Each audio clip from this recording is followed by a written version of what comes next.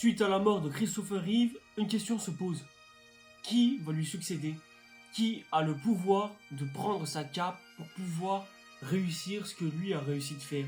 À savoir, donner du bonheur et du sourire à toutes celles et ceux qui l'ont regardé. D'autant plus que l'on passe petit à petit dans une période qui commence vraiment à aller très très mal. Déjà, l'élément déclencheur, à savoir le 11 septembre 2001, a fait déclencher des choses horribles dans ce monde qui ne devraient même pas être tolérées, notamment une guerre en Irak, même en Iran, une tolérisation un peu moindre de la part des personnes musulmanes due au fait que le 11 septembre, ça a été déclenché par une personne musulmane. Et le droit de vote revient aux gens qui se disent que c'est peut-être une bonne idée d'être un peu plus sûr, d'être un peu plus sécurisé par les personnes un peu différentes de nous et qui ont différentes ethnies que nous, plutôt que de devoir se concentrer sur ce qui a réellement causé ces torts. Bref, le monde a vraiment besoin d'espoir, mais surtout il a besoin d'être remis en question suite aux actions qu'il commettent.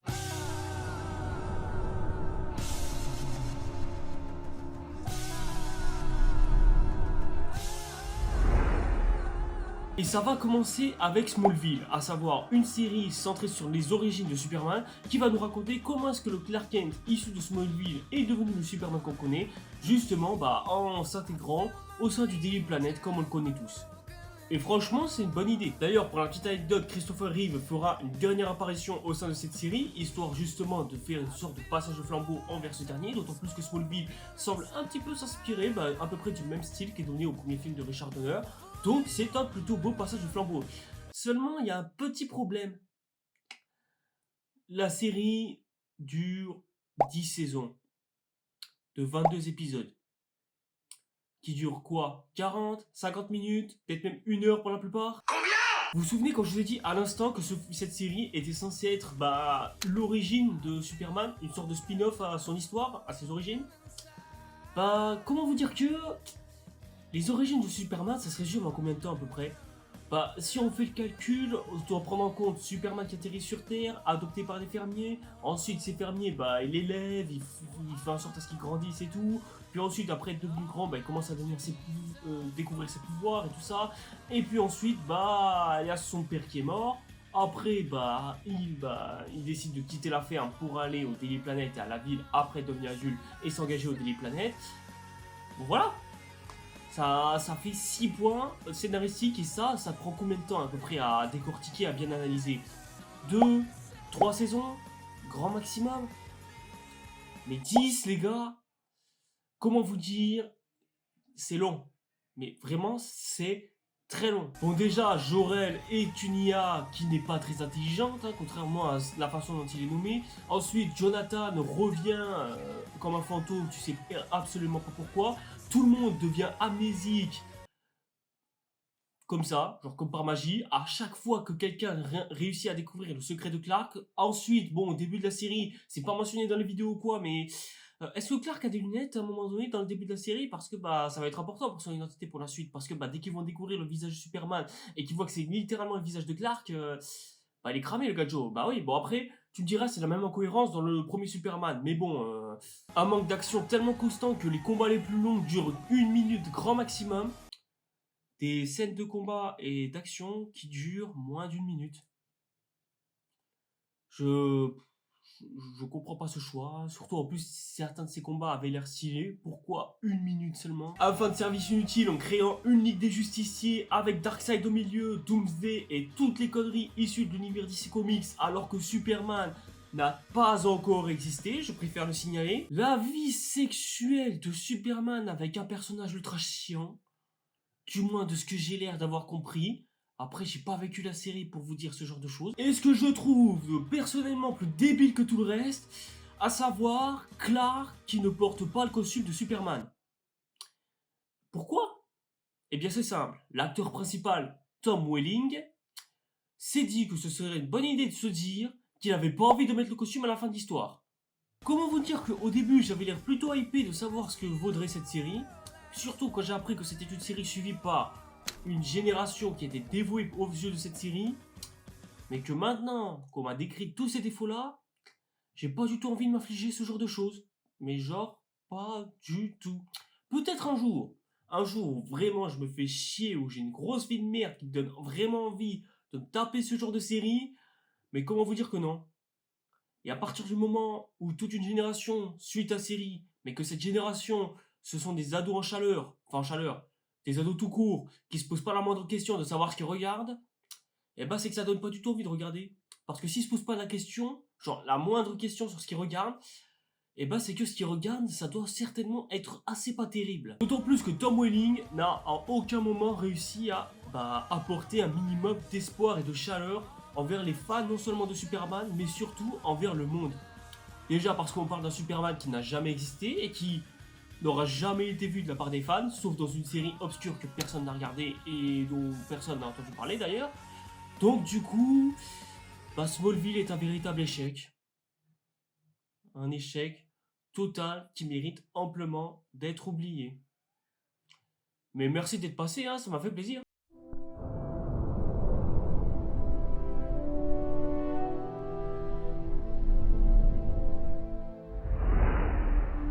Pendant la diffusion plutôt chaotique de Smallville, naîtra un autre film entre-temps, nommé Superman Returns, un film qui est censé faire revenir l'ancien Superman tel qu'on le connaît.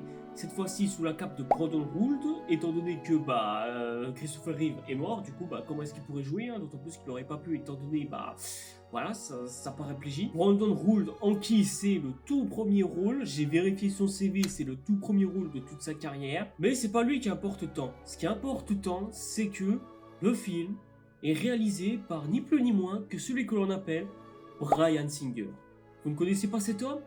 Eh ben vous ratez quelque chose, parce que ce dernier, bon, il s'est quand même occupé des meilleurs films X-Men, hein, à savoir de la saga X-Men tout entier, mais aussi, c'est celui qui s'est occupé du cultissime, que dis-je, du légendaire Usual Suspect, considéré par beaucoup comme l'un des meilleurs films de tous les temps. Top 5 movies, scenarios of all time? Yeah. Well, I would say Seven Samurai. I would say The Usual Suspects. It didn't make sense that I'd be there. I mean, these guys were hardcore hijackers. To me, that's the greatest crime story in the last 20 years. I'm agreeing, yeah. Donc comment vous dire que la joie d'avoir un réalisateur de très bons, voire même d'excellents films de super-héros, en plus de ça, à un âge d'or où les super-héros commencent petit à petit vraiment à se soulever, vraiment à apparaître un peu de partout, notamment avec Spider-Man de leur côté aussi de chez Marvel. Il y a aussi Batman Begins qui a fait son apparition en supplément. Donc voilà, on est vraiment à une période où les super-héros commencent petit à petit vraiment à pointer le bout de leur nez et à s'imposer en tant que genre du cinéma. Et en plus de ça, réalisé par un mec qui non seulement a réalisé deux de ses films, mais qui en plus a fait l'un des plus grands classiques de l'histoire du cinéma. Donc franchement, avec tout ça, comment on aurait pu se dire que ce film allait se rater? En plus, un film qui reprend l'histoire de Superman telle qu'on la connaît aujourd'hui, à savoir de la quadrilogie principale avec Christopher Reeve, mais qui cette fois-ci allait donner un vent de fraîcheur, un vent d'air frais à un nouveau public, tout en remettant l'ancien public au goût du jour. Bref, c'était parfait, il n'y avait absolument rien qui aurait pu rater la chose. Et tu regardes les notes, t'as peur. Avoir un 4 sur 10 sur Sens Critique quand même...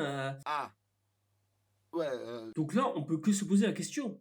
Comment c'est possible qu'un film de cette ampleur ait pu se foirer? Je suis allé voir pour confirmer.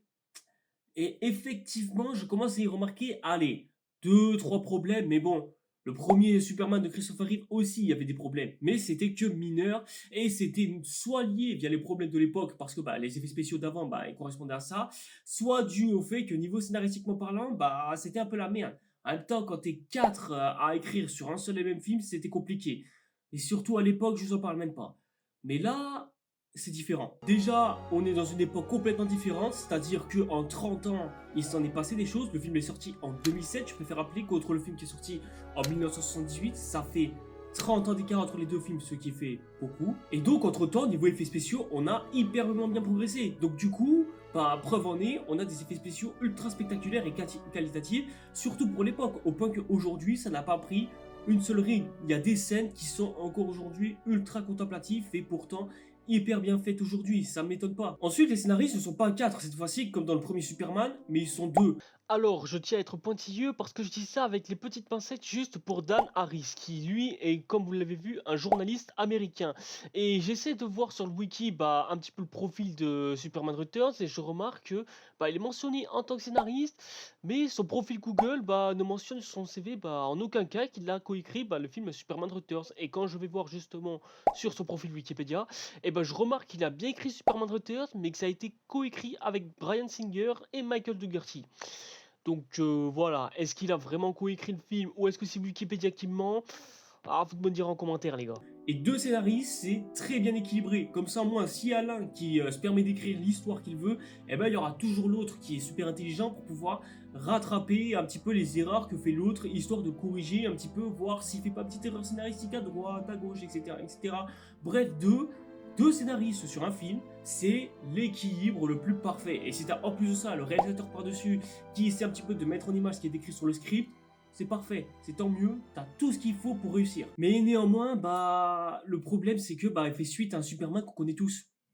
Donc du coup, la dénaturation de l'œuvre, ça va un peu pas aider. Donc du coup, si tu changes à peu près tous les acteurs, mais tu gardes exactement le même ton qu'avaient les précédents films Superman, ça va pas aider, puisque du coup, non seulement ce film va souffrir de la comparaison qu'il a avec les autres Superman, mais en plus, deuxièmement, les gens ils vont être dénaturés, parce qu'ils vont se dire, ok, on a suivi les 4 premiers films Superman, et maintenant on doit enchaîner avec celui-là, mais qui n'a presque un peu rien à voir, mais pourtant c'est exactement la même chose, enfin...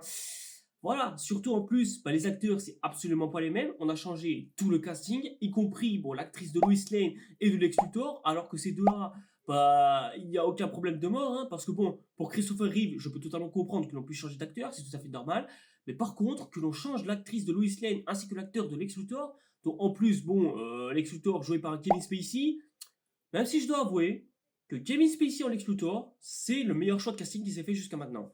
C'est peut-être même la meilleure interprétation de Lex Luthor, en dessous quand même de Nicolas Hoult qui lui nous apporte quelque chose en plus avec ce Lex Luthor, mais ça encore une fois on en parlera plus tard. Ensuite, Brandon Routh, j'ai un problème. Bon déjà, le choix de casting n'est pas trop ouf non plus malheureusement, même si ça donne l'impression que le mec il essaie de faire ce qu'il peut, mais j'ai un peu du mal à y croire. En Superman, il le fait plus ou moins, mais bon, difficile de passer après Christopher Reeve, donc pour ça on lui en veut pas trop.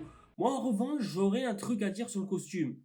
Il est pas mal, je dis pas, c'est mieux qu'avoir un petit costume en caoutchouc et en collant un peu bizarre que, voilà quoi, c'est mieux. Or, le gros problème, moi, la partie du corps qui me gêne, c'est le slip. Ou plus précisément, le dard qui dépasse sur le slip. Ma bite? Ouais, j'ai l'air de me concentrer vraiment sur ce détail-là, mais pourquoi est-ce qu'il y a ce petit détail-là qui est là, en fait? Moi, c'est juste la question que je me pose. Je n'arrive pas à croire qu'après avoir vu le cul sponsorisé des Autobots de John Turturro, je serais aussi capable d'analyser une autre partie génitale, cette fois-ci d'un super-héros iconique. Ouais, ma vie est un calvaire, j'adore mon métier, je sais pas du tout ce que je fous là, n'hésitez pas à vous désabonner de ma chaîne et désactiver la petite cloche, et surtout de me signaler sur les réseaux sociaux, comme ça moi vous entendez plus parler de moi, c'est très bien comme ça. Ensuite, Superman qui revient, c'est-à-dire Superman qui part vers la planète Krypton pour savoir exactement qu'est-ce qui est arrivé à sa planète. Moi je trouve que c'est une super idée, et j'aurais vraiment aimé qu'on se focalise un peu plus sur cette histoire. Parce que nous resservir une énième fois l'histoire de Superman qui arrive sur Terre, enfin qui réarrive cette fois-ci, mais quand même qui arrive sur Terre, pour ensuite se réintégrer au sein de ces nouveaux gars, enfin de ces anciens gars de travail, etc., pour ensuite re-rencontrer Lois Lane, mais qui au final a fait ça avec quelqu'un d'autre, tout ça. Bon, il y a des petites bonnes idées par-ci par-là, mais c'est pour nous refaire la même chose. En plus avec un Lex Luthor par-dessus qui complote pour pouvoir refaire à peu près le même plan que ce qu'il avait dans le premier Superman, c'est non. Parce que c'est une histoire qu'on avait déjà vue il y a 30 ans. Et donc du coup, c'est pas très intéressant. Et du coup, ça crée une incohérence scénaristique à un moment donné dans l'histoire, à savoir le moment où Lois décide de voler à nouveau avec Superman comme dans le premier film. Très belle scène, ça, y a pas de souci. Mais pourquoi est-ce que Lois semble heureuse de retrouver l'homme qu'elle aimait il y a très longtemps? Tout ça pour au final, juste après, renouer avec lui et tomber petit à petit amoureuse, tout en acceptant de revoler avec elle, alors qu'ils ne se sont même pas dit adieu avant que Superman ne parte pendant 5 longues années. Je veux dire, en 5 ans, il s'en passe des choses, ça je dis pas le contraire. Regardez à quoi ressemblaient mes vidéos il y a 5 ans. Mais néanmoins, qu'en 5 ans, la meuf elle refait sa vie avec un autre mec et qu'elle se sent plus heureuse après avoir été abandonnée par l'homme qu'il aime, et qui ensuite le retrouve 5 ans après pour ensuite réussir à renouer sans dire pardon ou quoi que ce soit, désolé les gars, mais moi ça me sort quasiment du film et j'ai pas du tout l'impression qu'il renoue une nouvelle relation. J'ai juste l'impression que ça sort de nulle part. Ensuite, dernier gros défaut, la mort de Superman à la fin. Pour moi, c'est la meilleure idée scénaristique du film, même si elle sort un peu de nulle part, puisque bon, le mec, il arrive quand même à soulever une île remplie de kryptonite. C'est ça qui m'avait choqué quand j'étais petit, c'est que on dit que la kryptonite, c'est une faiblesse sur Superman au point que ça le tue. On l'a vu dans le premier film déjà. Donc comment c'est possible que le mec, il soulève une île remplie de kryptonite? Ce n'est pas possible. Le mec, il peut pas faire ça. Limite qu'il soulève, allez, de 3, 5, 50 mètres peut-être. Je veux bien. Mais que ce soit jusqu'au-dessus de la stratosphère, au point qu'il arrive à le jeter carrément dans l'espace, ce n'est pas possible. À ce stade, c'est complètement inhumain d'avoir fait ça. Enfin, c'est inkryptonien. Enfin, c'est inkryptonitibi. C'est quoi le terme exact là, s'il vous plaît? Aidez-moi. Et le pire, c'est qu'il a réussi à faire ça avec une kryptonite enfoncée dans le bide. Je veux dire, on l'a poignardé avec un cristal de kryptonite et le mec, il a réussi à faire ça quand même. Double ratio de kryptonite quand même, hein. Et il a soulevé une île tout entière de combien de mètres carrés à peu près, histoire qu'on rigole un peu. Mais la scène de sa mort qui survient juste après est pour moi la meilleure idée du film parce que elle permet au moins de conclure sur une note, bon, un peu négative, mais qui met un petit peu ce héros-là dans la situation dans laquelle les spectateurs se sont trouvés après la mort de Christopher Reeve, à savoir sa mort. On rappelle que c'est le Superman qui est censé succéder au Christopher Reeve qu'on connaît. Et du coup, conclure le film avec sa mort, c'était pour moi la meilleure idée possible, surtout au vu du plot twist à la fin du film. Mais tu ne sais pas pourquoi, via un baiser sorti un peu nulle part et qui plagie la fin de Blanche-Neige, il arrive à revenir à la vie et ensuite reprendre du service et reprendre du boulot. Donc du coup, ce film n'a quasiment servi à rien. Il n'a servi qu'à une seule chose, c'est-à-dire juste faire revenir les anciens fans en salle. Voilà. Alors certes, dit comme ça, j'ai l'air extrêmement sévère avec ce film, je peux totalement vous comprendre, mais il y a des qualités aussi dans ce film, on peut pas dire le contraire, et surtout au vu de tout ce que l'on a traversé jusque-là, surtout à l'époque où Smallville était encore diffusé, je préfère rappeler. Déjà, la prestation d'acteur de la Lois Lane, elle était vraiment pas mal, juste dommage qu'elle manquait peut-être soit un peu de présence, mais pas trop non plus. Ensuite, Lex Luthor, c'est un excellent rôle. Comme je vous ai dit tout à l'heure, Kevin Spacey, il incarne un Lex Luthor incroyable. Bon déjà, ce mec, il a un regard puissant, presque provocateur. Bon, tu me diras, au vu de la situation dans laquelle ce dernier se trouve, ça m'étonne absolument pas. En plus de ça, il a de la carrure, il a du style. Tu sens que le mec, il est Lex Luthor presque. Bref, ça le fait, même si c'est pas trop d'accord avec le premier Lex Luthor que nous avait présenté dans le premier Superman. Mais soit, j'accepte. Ensuite, l'idée d'avoir un Superman un petit peu oublié de tous, au point que Superman a presque été oublié de tout le monde, et que certains disent que Superman n'a pas besoin d'un sauveur. Bon, c'est dû aussi à son ex qui a carrément rejeté, voire même plaqué pour un autre homme. Mais en même temps, ça va aussi avec le fait que Superman a été un peu délaissé. J'aurais juste aimé que le peuple suive aussi, parce que quand Superman revient, le peuple est heureux d'un coup comme ça, et personne ne se pose la question de savoir pourquoi est-ce que Superman n'est pas revenu plus tôt, pourquoi est-ce qu'il nous a abandonnés, etc., etc. Je trouve ça vraiment dommage. Ça aurait vraiment été logique d'avoir un Superman qui soit remis en question sur son retour. Est-ce qu'il vaut vraiment la peine de revenir? Pourquoi est-ce qu'il nous a abandonnés? Alors certes, c'est pour ses origines à Krypton, ça je peux comprendre. Mais j'aurais aimé avoir ce petit questionnement de la part du public, ou en tout cas des gens dans le film, qui puissent se dire pourquoi est-ce que Superman revient que maintenant, alors qu'il n'y a pas si longtemps que ça, on avait vraiment besoin de lui. Puis ensuite, autre défaut majeur, et je vais le redire une énième fois, mais c'est quand que Martha Kent devient utile? Parce que vraiment, Martha Kent, c'est vraiment l'algorithme même de la meuf, ou en tout cas de la femme au foyer, qui attend son fils à la maison.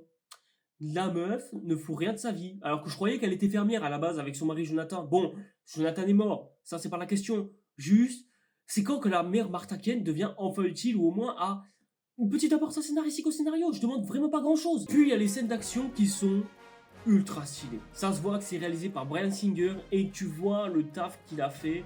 Et ça n'a pas pris une ride alors que le film il date de 2007. On parle quand même de Superman qui a réussi à arrêter un avion à lui tout seul. Dites-vous qu'il y a quelques années de cela, on avait la scène du train de Spider-Man 2 et on a réussi à faire tout aussi spectaculaire. Même si bon, la scène du train de Spider-Man 2 restera toujours iconique et il n'y a qu'un seul film qui l'a dépassé et il apparaîtra que 19 ans plus tard, sachez-le. Pareil, le combat entre Superman et Lex Luthor est intense sa race, surtout avec un Superman littéralement contaminé à la kryptonite. La scène où Superman est en train d'arrêter une explosion et une inflammation de gaz avec un souffle glacé est elle aussi extrêmement spectaculaire. C'est là vraiment où tu sens que niveau effets spéciaux, on a énormément progressé en termes de technique, surtout au vu de ce qu'on était capable de faire 30 ans plus tôt. Mais sans doute la meilleure idée du film, l'idée que Superman et Lois aient eu le droit à un enfant. Et là, pas d'histoire sexuelle à coup de Superman qui baise tellement fort qu'elle est capable de péter les os du corps de sa propriétaire, enfin, de sa compagne, mais bon, je pense que vous m'avez compris. Non, non, là on suggère carrément que entre Superman et Lois, il s'est passé quelque chose, ce qui a donné leur fils, qui du coup, bah, n'est pas le fils de l'autre gars qui, bon, est pilote d'avion qui sert à quelque chose, mais juste à sauver Lois lorsqu'ils sont en danger, bon. Pas très intéressant, mais bon, on prend avec ce qu'on a aussi. Hein. Mais l'idée d'avoir un enfant comme celui-ci révèle que, eh ben, on peut faire une suite avec un gamin comme lui. Histoire d'avoir justement un jeune enfant promis à de grandes choses, qui est capable de faire de très grandes choses et qui grandit avec des pouvoirs en lui qu'il ne soupçonnait absolument pas. Et tout ça pour qu'ensuite cela puisse détruire le mariage que Lois Lane s'était promis après avoir décidé de vouloir faire sa vie avec un autre homme qu'elle connaissait à peine. C'est trop bien! Mais j'adore ça, mais je veux voir ça tous les jours. Même si certains ont certainement dû se poser la question en mode mais attends, mais comment ça se fait qu'il a eu cet enfant, mais qu'après il a eu le temps de se marier avec un autre gars, tout ça pour qu'elle tombe enceinte, puis ensuite se fiancise, etc., fondre une famille, machin. Ouais, ça, on pourrait se poser ce genre de questions. Mais en même temps, on pourrait aussi chipoter parce que on pourrait aussi imaginer cette histoire dans notre tête, à savoir, elle a peut-être rencontré ce gars il y a très longtemps, ou alors c'est peut-être un ancien copain de lycée à qui où ils ont peut-être eu des liaisons ensemble, etc. Donc ça se trouve peut-être c'est son ex, à qui il aurait pu coucher, enfin voilà, plein d'histoires comme ça que tu peux t'inventer toi-même dans ta propre tête. Et donc avec tout ça, on peut aussi se poser la question, pourquoi ce film a fait un flop? Enfin pourquoi est-ce que ce film s'est vautré aux yeux du public? Comme je vous ai dit, les autres défauts qui priment juste un peu, le simple fait de reprendre la même histoire mais avec des acteurs complètement différents et un ton surtout complètement différent, des thèmes qui auraient pu être beaucoup plus intéressants, Superman qui survit à la fin alors qu'il aurait dû mourir depuis belle durette avec un climax qui n'a pas trop de sens quand on y réfléchit, et plein d'autres détails de ce style qui gâchent un petit peu le film parce que en fait il y avait du potentiel. Le potentiel il était là, on le voit, il y avait plein de choses qu'on aurait pu se raconter autour de ce film, plein de choses qui auraient pu permettre à ce film d'être incroyable, d'être légendaire, peut-être même un classique. On aurait pu faire de ce film l'un des meilleurs Superman qui nous aurait été donné.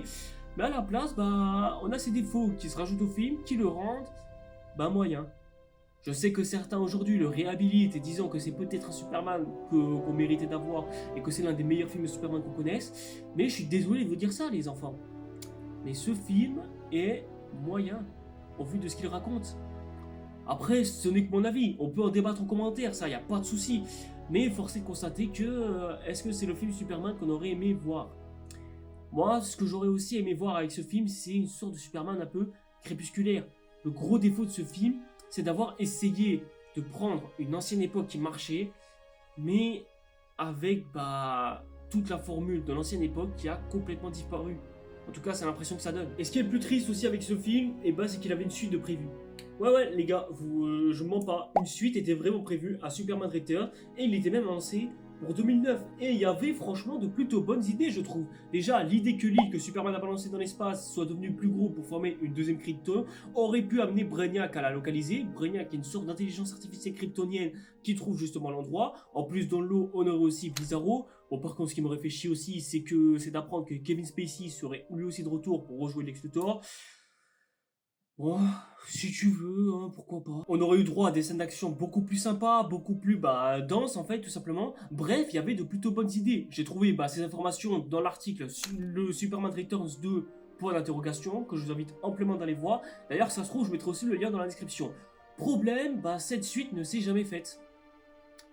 Et pour deux raisons. Déjà, le box-office. Faut savoir que le box-office du film a été un énorme flop. Le film a coûté 200 millions de dollars pour l'époque, ce qui est énorme, et n'a rapporté que 300 millions de dollars. Des scores jugés ultra décevants, même s'il était au-dessus de Batman Begins. Mais faut pas oublier que si Batman Begins a aussi eu du succès, c'est parce qu'il avait un budget un peu moindre que son opus précédent. Et ajoute à ça aussi le marketing qui a permis à ce film de encore plus flopper. Bref, c'était vraiment pas la joie au sein des studios. N'empêche, ça n'a pas empêché l'idée d'avoir une suite plus ou moins en développement, mais la grève des scénaristes qui arrivera en 2007 et 2008 va finir de totalement achever ce film, enterrant ainsi Superman Returns dans l'oubli, faisant de ce film un cas d'école, et sa suite sera définitivement annulée et personne n'entendra jamais parler de ce projet. Sauf si, par inadvertance, il y a peut-être les fans qui se soulèvent un jour pour faire en sorte à ce que cette suite existe. On vit dans un univers alternatif, on a eu droit à la Snyder Cut. Donc peut-être que si ça se trouve, on aura eu droit à une suite. Peut-être, qui sait, on verra bien. On a eu une suite à Independence Day 2, peut-être que. Cependant, ce film n'a pas apporté l'espoir escompté, et tout ça dû au fait qu'on a essayé de reprendre ce qui s'était déjà fait avant. Et du coup, vous allez me dire, bah, c'est quoi la stratégie maintenant? Eh bien, c'est simple. La nouvelle stratégie maintenant, ça va être de réinventer le personnage, tout comme Batman Begins l'avait fait. C'est pour ça que ce film a mieux marché et a mieux captivé le public que les précédents Batman. Parce qu'il a essayé un regard nouveau. Donc maintenant, la nouvelle stratégie de Warner, ça va être de faire du renouveau avec le Superman.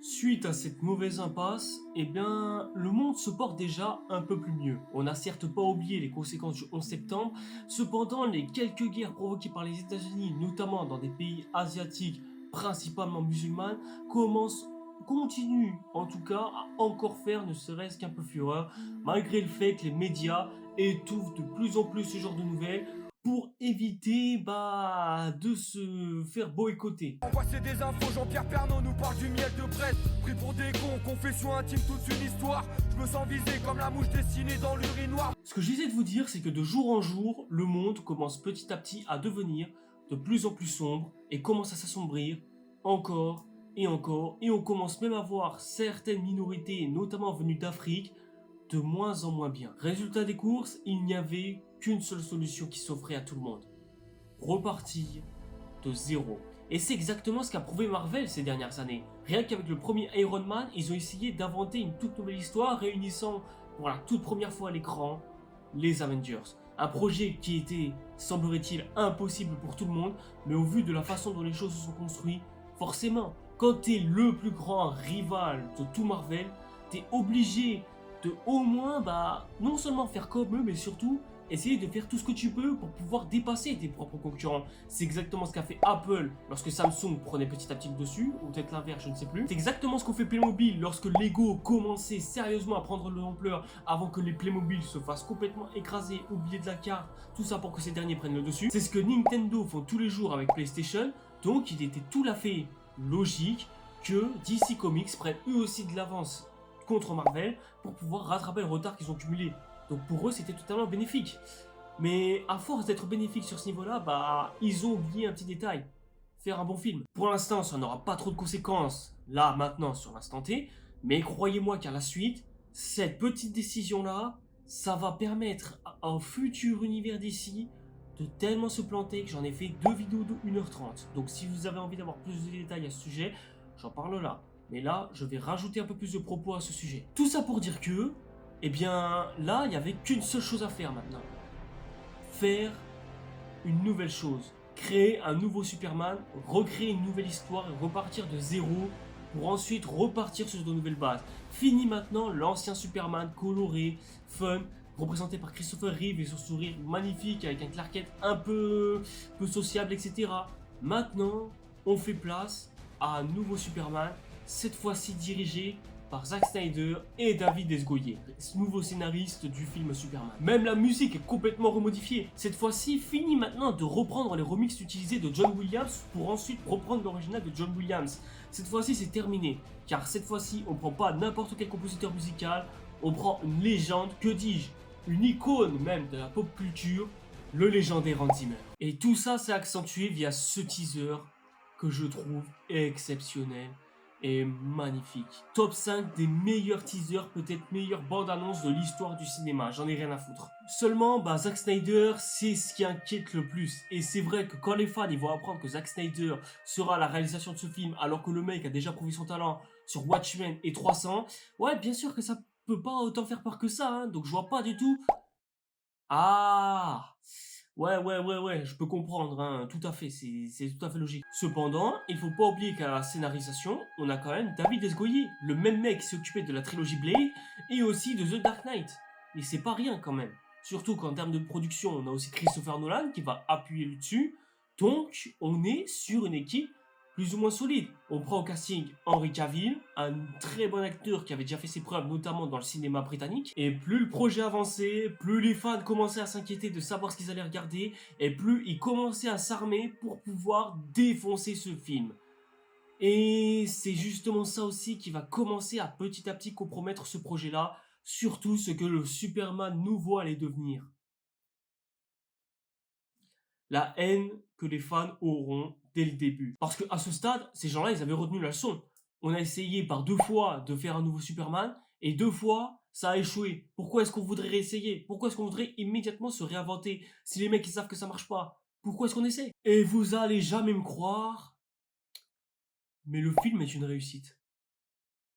Ça semble extrêmement difficile à croire, mais ouais, le film est réussi. J'en avais déjà parlé justement dans la chute de la saga DC Extended Universe, mais il faut aussi admettre que il y a aussi plein d'autres choses qui fait que ce film est réussi. Bon, je suis pas fan de la réalisation de Zack Snyder dans ce film, je trouve même qu'on perd un petit peu de ce qui faisait le sel de ses films.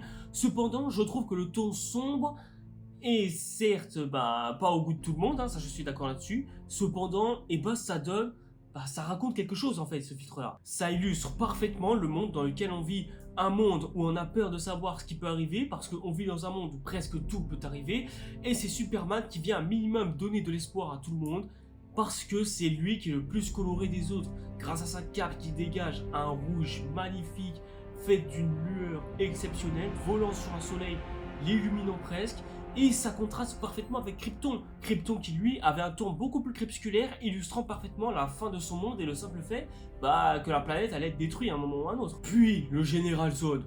Est-ce qu'il faut qu'on parle de ce Général Zod? C'est peut-être la meilleure adaptation du Général Zod que l'on ait eu, tout Superman confondu. Le mec a de la prestance, le choix de casting est excellent, et surtout on a affaire à un Zod qui voulait tellement bien faire qu'il s'en est retrouvé corrompu par ses propres ambitions. Et il est devenu tellement obsédé par l'idée et l'envie de redonner sa gloire passée à Krypton qu'il est allé jusqu'à carrément détruire une planète oppressive qui n'avait absolument rien fait à sa propre planète, détruisant ainsi presque l'héritage de Krypton à lui tout seul, et allant jusqu'à tuer son propre ami et aussi son propre fils, juste pour pouvoir se créer une nouvelle Krypton, quitte à ce qu'une race tout entière soit exterminée, ce qui est d'ailleurs contraire aux règles des règles de Krypton. Rien que pour une écriture aussi simple et aussi exceptionnelle, ça le met littéralement au-dessus de Super Zod que l'on nous a donné dans le Superman 2 de Richard Donner. Enfin, pas de Richard Donner, c'est un autre gars qui a réalisé le film, mais vous avez compris. L'idée que Superman éveille ses pouvoirs, non pas comme ça, tranquillement et en les maîtrisant comme par magie, mais comme si c'était la puberté qui agissait sur son propre corps,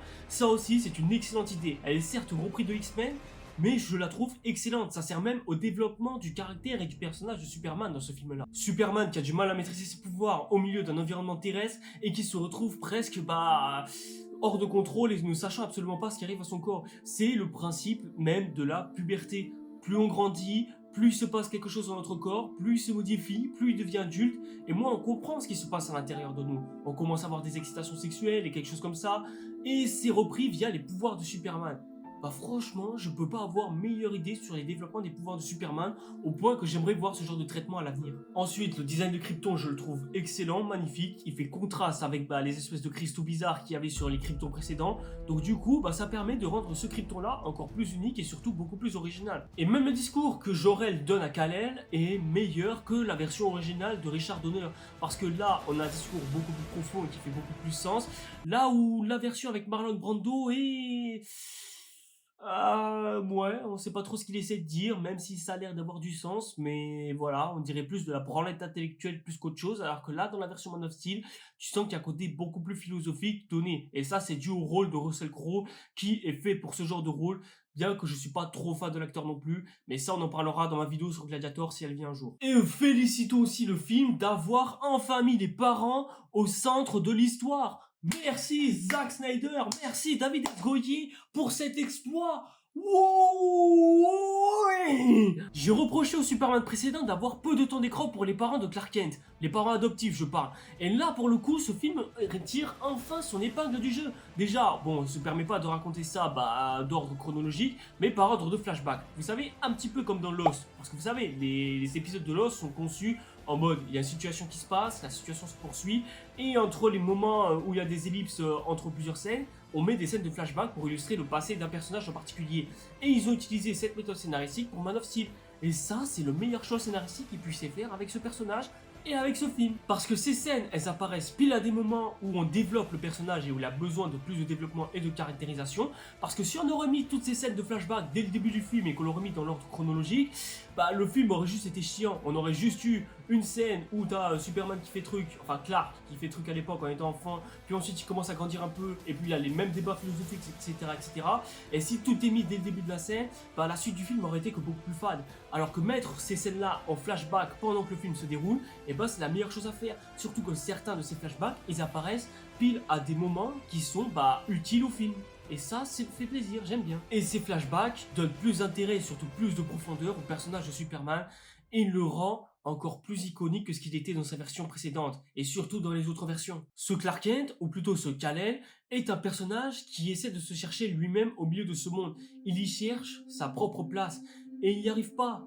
Et à force, il sait qu'à un moment ou à un autre, il devra utiliser ses pouvoirs. Mais des fois, il rêve aussi de les utiliser, pas seulement pour sauver des vies, mais aussi pour s'en prendre à des gens qui s'en prennent à lui parce qu'il n'a aucune capacité de se défendre. Parce que s'il se défend, il est tellement puissant qu'il en arrivera à tuer quelqu'un un jour. Et ce développement passe justement par ses parents. Car les parents lui apprennent à au mieux maîtriser ses pouvoirs pour éviter à ce qu'il les utilise un jour pour de mauvaises raisons. Tout simplement parce que le monde n'est pas encore prêt à recevoir ce genre de héros. Et même Clark ne sait pas encore de quoi est-ce qu'il est capable. Et il apprendra le jour où il découvrira ses véritables origines. Et tout ça passe via le moment dans la tornade. Le moment où Clark aurait pu sauver son père adoptif Jonathan. Sauf qu'il ne l'a pas fait. Bon déjà, certains ont aussi critiqué le fait que Jonathan est allé sauver un chien.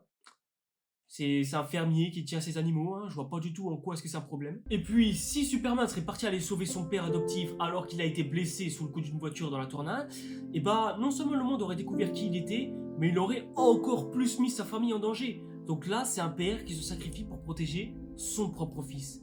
Et ça, c'est beau, c'est magnifique. Après, il y a aussi la fameuse phrase du « peut-être » qui a dérangé énormément de fans disant qu'il avait détruit le personnage de Jonathan. Sauf que c'est faux. Là aussi, ça participe encore une fois au développement du personnage. Parce que si Jonathan a peur, c'est parce que son fils peut dévoiler ses pouvoirs au reste du monde. Tout ce que veut Jonathan, c'est protéger son fils du reste du monde qui peut lui faire absolument tout et n'importe quoi. Soit le transformer en arme de guerre, faire des expériences horribles sur lui, et que sais-je encore. C'est pour ça que Jonathan a peur que son fils dévoile ses pouvoirs aux autres. Mais de l'autre côté, si Clark n'avait pas utilisé ses pouvoirs pour sauver ses élèves en train de se noyer dans un bus, vous croyez que ça se serait passé comment ? Vous voyez, ça c'est fait raccord justement au fameux dilemme du train. Si vous avez joué comme moi à The Last of Us, vous savez à quel point faire le dilemme du train peut être un enfer et qu'il n'y a ni bonne ni mauvaise réponse à ce genre de choses. Et Jonathan a fait que répondre à ce dilemme du train et vous savez toutes et tous quelle réponse est-ce qu'il a donné si vous connaissez ce dilemme. Et si vous ne la connaissez pas, allez, cette vidéo vous est offerte, c'est cadeau. Et même la mère a mis un petit peu d'importance dans cette histoire, parce que elle sert au moins d'otage au Général Zod. Bon, c'est pas grand chose, certes, mais au moins elle sert un petit peu à quelque chose. Et puis surtout, Clark vient la voir régulièrement et tombe dans ses bras à chaque fois que elle est fière d'elle ou elle est triste envers elle et elle a peur. Bref, on a donné un rôle à Martha.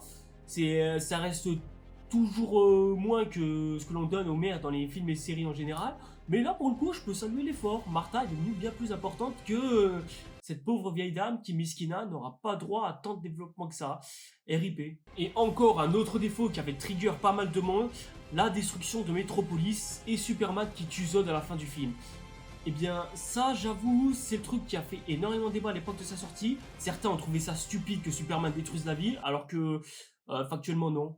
C'est pas Superman qui a détruit cette ville, mais c'est cette machine là que vous êtes en train de voir juste là. Au pif, Superman se contente juste d'avoir détruit quelques façades, et encore ça c'est dû au fait que Zod l'a valsé un peu à droite à gauche, ce qui a permis un peu de destruction de quelques façades. Donc quelque part c'est surtout Zod le responsable. Et ensuite on en vient à la problématique de Superman qui tue Zod. Donc là je vous pose justement à toutes et tous la question. Vous êtes dans la même situation que Superman à ce stade. Vous êtes en train de mettre au tapis le général Zod, qui est sur le point de tuer des innocents alors qu'ils n'ont rien demandé. Et là, vous êtes sur deux choix possibles. Soit le tuer pour éviter à ce qu'il tue ces gens, ou bien laisser tuer ces gens-là et dans tous les cas essayer de l'évanouir au mieux. Là, qu'est-ce que vous pouvez faire? Exactement. Le meilleur moyen qu'il y avait de sauver la vie de ces gens-là, c'était de tuer Zod, parce qu'il n'y avait aucune autre chose à faire. Cet homme était tellement dangereux qu'il avait sa propre chance de survivre. Mais au final, Superman n'a pas pu lui donner, parce qu'il n'a pas pu se résoudre à laisser des innocents mourir. Et le pire, c'est que Superman s'en est voulu d'avoir fait ce genre d'acte. Parce qu'il le sait, il ne peut pas se permettre de tuer des êtres aussi impurs qu'ils soient. Parce que c'est un être beaucoup trop pur pour pouvoir le faire. Et pourtant, il n'a pas eu d'autre choix que de le faire. C'est triste à dire, mais c'est arrivé. Mais attends, mais du coup ce film il est incroyable en fait. Mais c'est exceptionnel, je viens de me rendre compte. Putain, mais si ce film il a autant de qualité que ça, ben c'est officiel, c'est bon. On peut enfin le déclarer. Man of Steel est peut-être le meilleur film Superman que l'on ait eu jusqu'à maintenant. C'est peut-être ce film-là qui apportera de l'espoir à de l'humanité. Alors, oui, mais non. Parce que ouais, quand on regarde tous les autres films Superman qu'on a eu jusqu'à maintenant, autant films et séries confondus, et bah, aucun film Superman n'est parfait. Même le Superman de Richard Donner, mes vieux. Je suis désolé. Commence pas à dire qu'on est vieux, toi. Le film, il a peut-être 50 ans, mais 50 ans, c'est pas si vieux. La retraite, elle a 65 ans maintenant. Donc viens pas dire qu'on est vieux, s'il te plaît. Autant le film a pas mal de qualité et de très bonnes idées narratives, autant il y a d'autres idées qui ont été mal exploitées. Exemple, la rencontre entre Superman et Lois, qui est raté, surtout contrairement à la version de Richard Donner qui lui a réussi à rendre ça poétique avec le peu de moyens qu'ils avaient. Là les mecs ils ont énormément de moyens et pourtant bon déjà ils font ça au milieu d'une prison en pleine garde à vue, ce qui ne fait pas trop de sens non plus. Et puis là où le pseudo de Superman était super bien trouvé dans le premier film, et bah là dans ce film, bah Lois regarde le logo de Superman et se dit alors ça veut pas dire espoir, ça veut juste dire S, et elle se contente uniquement de l'appeler Superman. Comme ça, sans raison, comme par magie, tranquille, c'est aussi fainéant d'avoir écrit ça comme ça en fait. Ensuite, gros défaut du film, et sûrement son plus gros défaut, Lois Lane ne sert à rien dans ce film. Très sincèrement. Vous avez beau essayer de me dire le contraire pour certains, parce que je sens qu'il va y en avoir. Peut-être que certains vont venir me dire que ouais, mais attends, mais la relation entre Superman et Lois est romantique, surtout dans ce Man of Steel. Non, je vous assure que non. Parce que dans cette histoire, Lois ne sert strictement à rien. Tu peux retirer Lois du film, l'histoire se passe exactement de la même manière. Elle est juste embarquée dans l'histoire malgré elle. D'ailleurs, Zod l'a demandé justement à ce qu'elle vienne dans le vaisseau aux côtés de Superman, sans aucune raison particulière. Et d'ailleurs, même l'histoire n'a même pas pris le temps de justifier parce qu'elle est embarquée dans cette histoire, mais tu ne sais toujours pas pourquoi. Sûrement pour avoir des échantillons, de savoir comment est-ce que fonctionne un humain, mais c'est absolument pas traité dans l'histoire. Ou alors c'est peut-être aussi pour enfanter encore plus de Kryptoniens parce qu'ils avaient besoin d'une femelle, mais je sais pas, genre cette meuf-là aurait largement pu suffire, hein, enfin je présume, et encore. Mais même ça, c'est pas justifié parce que les mecs, ils ont déjà des embryons qui se crèchent encore dans leur vaisseau à eux, donc je comprends pas qu'est-ce que ça vient foutre là, putain de merde. Désolé les mecs, mais voilà. Fallait donner une utilité à Lois Lane. Limite si elle serait peut-être apparue à la toute fin du film lorsque Clark s'engage directement à Daily Bugle et elle rencontre Lois Lane avec qui il s'engage pour pouvoir terminer le film comme ça et avoir un beau boulot pour les prochaines suites qui viendront. En vrai ça aurait été plus efficace. Mais non, au final on a eu ça et c'est dommage. Ensuite la caméra qui bouge parce qu'à certains moments dans le film la caméra bouge ou tremble sans presque aucune raison. Et tu ne sais absolument pas pourquoi, ni même comment est-ce que c'est possible. Mais bon, que voulez-vous, hein, c'est comme ça. Et c'est pour ça d'ailleurs que j'ai eu l'impression d'avoir eu une dénaturation de la part de Zack Snyder. Ensuite, les travelling brusques. J'ai déjà dit que je détestais ce genre de choses dans les films. Et dans ce film Man of Steel, ça m'a toujours pas arrangé la chose. Je déteste voir des travelling comme ça, des travelling aussi brusques, qui sont là juste pour rajouter un peu plus de dynamisme, alors que je sais pas, rien que la musique de Hans Zimmer, le simple fait de voir un gros vaisseau comme ça apparaître devant, ça peut largement suffire à y rajouter énormément de tension et énormément d'ampleur à ce qui se passe devant la scène. Il n'y a pas besoin de rendre le film aussi brut et surtout aussi dynamique, surtout avec le nombre de scènes d'action qui sont pas mal pour la plupart, certes, ça je dis pas, et sont même épiques pour la plupart, notamment le combat final qui fait presque Dragon Ball Zedien, sachant que Goku a toujours eu, une inspiration de la part de Superman, donc ce qui me paraît tout à fait logique de faire des combats presque Dragon Ball-esque dans un film Superman. Puis, gros défaut, et c'est principalement ce qui m'empêche de dire que ce film Man of Steel a failli dépasser le meilleur Superman de tous les temps, soit celui de Richard Donner, à savoir les personnages. Il manque toutes et tous de profondeur et de développement. Le seul qui a un développement correct dans l'histoire, c'est Clark ou Superman, c'est comme vous préférez.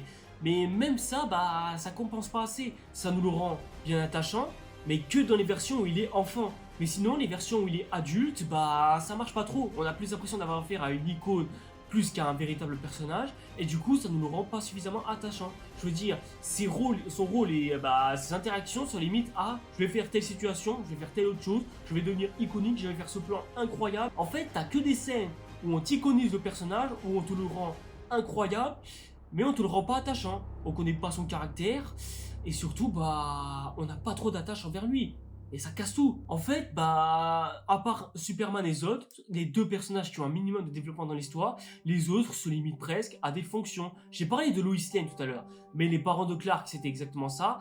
Et les personnages au Daily Bugle, bah, déjà qu'ils n'ont pas trop d'importance dans l'histoire, alors s'ils avaient une personnalité, alors là, pareil pour les soldats militaires qui, eux, se limitent bah, juste à des fonctions. À part peut-être la meuf qui accompagne le général à la fin du film, qui... bah, a un minimum de caractère alors que bah elle apparaît ni avant et ni après cette scène et elle n'a que cette interaction dans le film alors que c'est la personnage la plus attachante du film. Il y a de quoi se remettre en question les mecs. Et enfin, dernier gros défaut, j'ai parlé de Superman qui tue par le passé, enfin précédemment dans mes précédentes vidéos et celle-ci, mais là c'est urgent, là ça devient grave parce que là Superman a laissé des embryons kryptoniens bah, être détruits alors que c'est des embryons qui sont encore en vie, qui sont juste maintenus sous sommeil. Il aurait peut-être pu au minimum en faire quelque chose et les laisser en vie, je ne sais pas, ou alors peut-être faire en sorte à ce que Zod puisse les détruire eux, plutôt que bah les laisser en vie, sachant que dans son vaisseau il avait déjà des échantillons à lui. Mais non, dans cette histoire, bah c'est Superman qui les tue, et il dit qu'on peut pas sauver Krypton parce qu'il avait sa chance. Bah ouais, mais en quoi? Parce que du coup, bah ça participe encore une fois aussi au problème dû au fait que bah ce personnage n'est pas très bien développé. Et surtout, Metropolis est en train de se faire détruire. Et pourtant, Superman ne pense pas une seule seconde que ce serait une bonne idée d'aller sauver des gens. Non, aucun questionnement. Alors certes, énormément de gens allaient mourir à la fois. Ça, c'est pas le problème. Le gros problème, c'est que dans ce film, on n'a pas vu Superman sauver une personne ne serait-ce qu'une seule fois. Alors que je sais pas, normalement c'est le but de Superman. Quand quelqu'un est en danger, son premier réflexe, bah logiquement c'est d'aller le sauver. C'est ce qu'il nous a montré déjà le premier Superman de Richard Donner. Et je vous avoue qu'avant je comprenais pas pourquoi est-ce que les gens ils étaient gênés de voir que Superman a détruit la ville. Mais en fait le problème c'est pas que Superman a détruit la ville, c'est qu'il a pas sauvé des gens de la destruction de la ville. Il en a peut-être sauvé un peu plus à l'idée d'en voir se faire tuer pour certains. Il a même sauvé une famille entière de Zod qui étaient sur le point d'être tués. Mais qu'en est-il des autres civils? Il en a fait quoi? Ouais, concrètement, on peut reprocher à Zod d'avoir participé à la mort de certains de ses civils, mais Superman avait mille et une occasions de les sauver, même lorsqu'il se combattait en duel. Alors certes, ça l'aurait gêné lors de son combat contre Zod, mais au bout d'un moment, fallait bien qu'il puisse les sauver, quoi, parce que c'est le rôle de Superman. Et pourquoi est-ce qu'il s'est pas contenté de les sauver malgré tout, malgré le fait qu'il allait prendre des coups de la part de Zod? Enfin, je comprends pas. Surtout que ça aurait donné une scène encore plus iconique. Voir un héros se démener de protéger les autres civils autour de lui, quitte à se faire défoncer par un ennemi encore plus puissant et plus expérimenté que lui. Ça aurait peut-être été trop brutal et peut-être même trop adulte, mais au bout d'un moment, les mecs, ils ont assumé vouloir faire quelque chose un peu plus à la The Dark Knight, quelque chose de Bresson. Mais le côté Bresson, bah là, il aurait encore mieux marché si ce genre de scène aurait été mise en avant. Donc pour ça, pour moi, c'est une occasion extrêmement manquée et surtout la faute qu'il fallait pas commettre. Centrer Superman tellement sur l'action qu'il en oublie presque de sauver les gens autour de lui. Alors certes, ça fait beaucoup de défauts dit comme ça, mais ce sont des défauts assez gros. Et c'est pour toutes ces raisons que l'on peut pas qualifier ce Superman comme le meilleur Superman que l'on ait jamais vu. Parce que, bah, certes, c'est un nouveau Superman qu'on n'en a jamais vu, il a toutes les qualités requises pour être un bon Superman, mais franchement, s'il y aurait eu ne serait-ce qu'un petit peu plus de développement de personnage, et surtout qu'on se serait beaucoup plus centré sur bah, le côté empathique de Superman et son côté à vouloir protéger la population quoi qu'il arrive, on aurait pu avoir un meilleur Superman que ça. Sauf qu'au final, bah, on l'a pas eu et on a un Superman moyen dans un film excellent. Et ce contraste bah, fait qu'on a affaire à un film certes excellent, certes incroyable pour ce qu'il proposait à l'époque, mais on est quand même en dessous de ce que proposait Richard Donner rien qu'avec le premier Superman. Et cette idée de re-questionner Superman sur ses actions et surtout sur ce qu'il fait au reste du monde va petit à petit s'accentuer au reste de la saga du DC Extended Universe. Et ça, je trouve que c'est une bonne idée pour le développement de personnages. Sauf que plus les films avancent, plus on propose cette version sombre de Superman, et moins elle donne envie. Vous voulez savoir pourquoi? Parce que Superman était censé à la base représenter l'archétype même d'une personne issue d'une autre planète, venue pour protéger l'humanité de n'importe quelle menace qui pourrait venir de chez eux.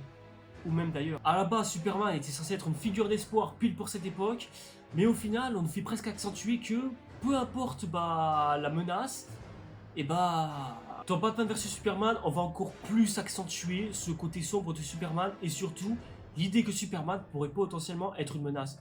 Et vous vous souvenez quand je vous ai dit que les créateurs avaient créé Superman dans l'idée d'apporter un petit peu d'espoir aux gens, malgré le fait qu'on soit des étrangers venus d'ailleurs? et bah ce côté-là est complètement perdu. Parce que là on a affaire à un étranger, venu d'ailleurs lui aussi, mais qui peut être potentiellement une menace.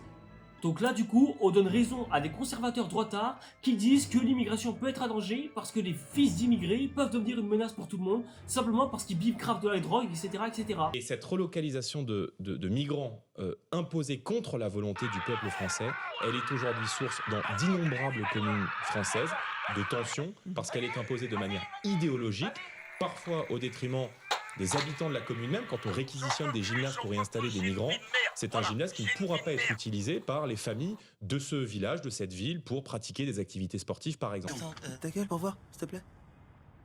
Ah ouais, c'est bien aussi. Et même si son retour dans Justice League va un peu plus accentuer l'idée que Superman peut être une icône à sauver, et bah avec la Snyder Cut qui vient montrer les flashbacks de ce que va devenir Superman plus tard... Ah non, fallait pas faire ça ma gueule, fallait pas faire ça. Comment te dire que c'était pas la meilleure idée du monde? Peut-être même que c'est l'une des pires idées qui soit, Snyder, qu'est-ce que t'as foutu? Et bien sûr, je peux totalement concevoir que les auteurs qui avaient conçu le personnage de Superman sont morts depuis longtemps, et donc n'ont plus le droit d'exploitation, et surtout n'ont plus le droit d'ouvrir leur gueule à l'idée de ce que l'on peut faire de Superman aux autres. Sauf que le problème de Superman, c'est que il a tellement été iconisé, tellement remodifié dans ses histoires, qu'à ce stade, Superman n'appartient plus à ses anciens artistes, ou tout du moins à ses créateurs. Maintenant, il appartient à tout le monde. Tout le monde peut en faire absolument tout ce qu'ils veulent. S'il y a des gens, ils ont envie de faire un Superman maléfique, comme dans Injustice, et essayer d'en faire un méchant à tout prix, au point qu'il est devenu corrompu par le gouvernement, et ben ils le peuvent. S'ils ont envie de faire un Superman de l'époque de la guerre froide, qui a tellement viré fou, qu'il a décidé de devenir le toutou du président de la République, voulant être facho et imposer sa guerre froide à tout le monde, plutôt que de remettre en question l'iconisation du personnage, et dites-vous que ces gens-là, ils le peuvent. Quitte à ce que cela dénature à ce que Superman est devenu. Et je dis pas que je suis en train de renier toute version donnée à Superman. Les artistes ont le droit de faire tout ce qu'ils veulent et raconter tout ce qu'ils ont envie de raconter autour du personnage de Superman. Il y a des fois où tu peux avoir des histoires autour de Superman qui sont super intéressantes. Mais le gros problème, c'est qu'on y perd l'intérêt même de ce qu'était Superman à la base. À savoir un héros venu d'ailleurs, venu faire du bien à l'humanité. C'est pour ça qu'il y a plus de gens qui retiennent Christopher Reeve plus qu'un Henry Cavill. Parce que Henry Cavill incarne un Superman déjà mal écrit, ce qui est déjà critiquable, mais qui en plus incarne la vision d'un mec venu d'ailleurs qui serait prêt à les tuer à n'importe quel moment. Et le pire, c'est que ce genre de fantasme va apparaître surtout envers les gens de ma génération. Parce qu'à cette époque-là, on se posait pas la moindre question de savoir si ce Superman était bon ou pas. Donc du coup, on a essayé de créer un Superman ultra bresson, en tout cas un fantasme autour de ce Superman sombre, et on a eu plein de variantes, plein de versions différentes, et depuis ce jour-là, les gens, ils aiment voir des personnages bressons, ou en tout cas, des personnages qui sont devenus des héros aux yeux d'un peuple, qui au final finissent par devenir bruts, sans morale, et presque, qui tuent des gens autour d'eux. Ça avait déjà commencé avec le Optimus de Michael Bay, qui lui, balance des discours très philosophiques et très beaux, certes, mais qui derrière se contente de faire des trucs comme ça.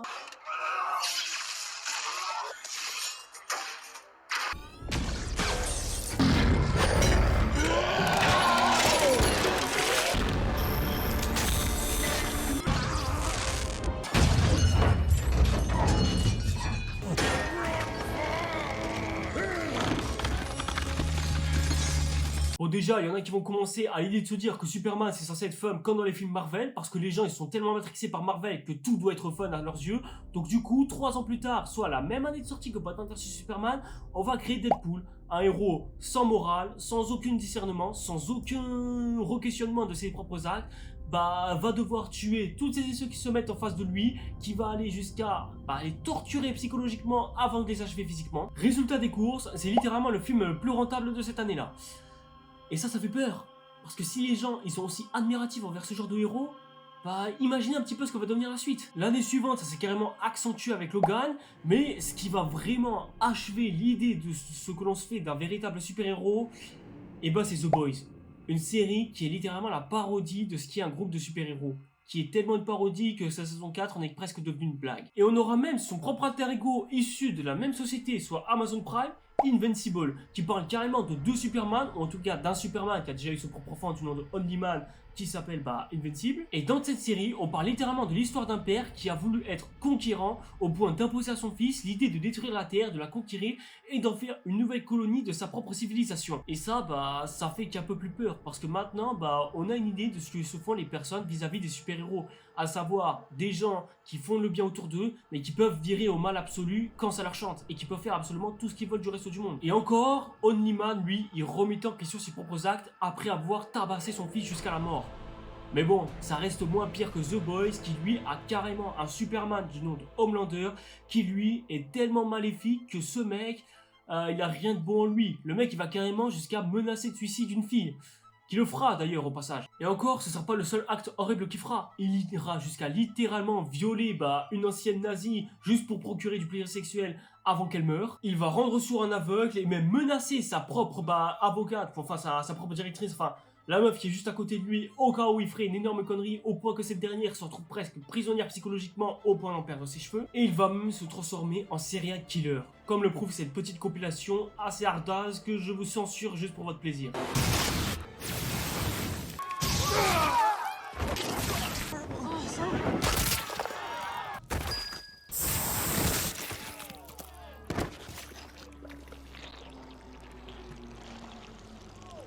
Et vous voulez savoir comment est-ce que réagissent les fans vis-à-vis de cette action-là?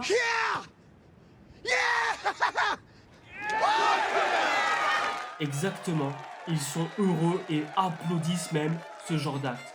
Comme si devenir un super-héros, c'était devenir un meurtrier prêt à tuer tout ce qu'il ferait chier, juste parce que on a jeté une petite bouteille. Voilà où on en est venu. À partir de maintenant, à cette époque-là, les super-héros doivent être des anti-héros.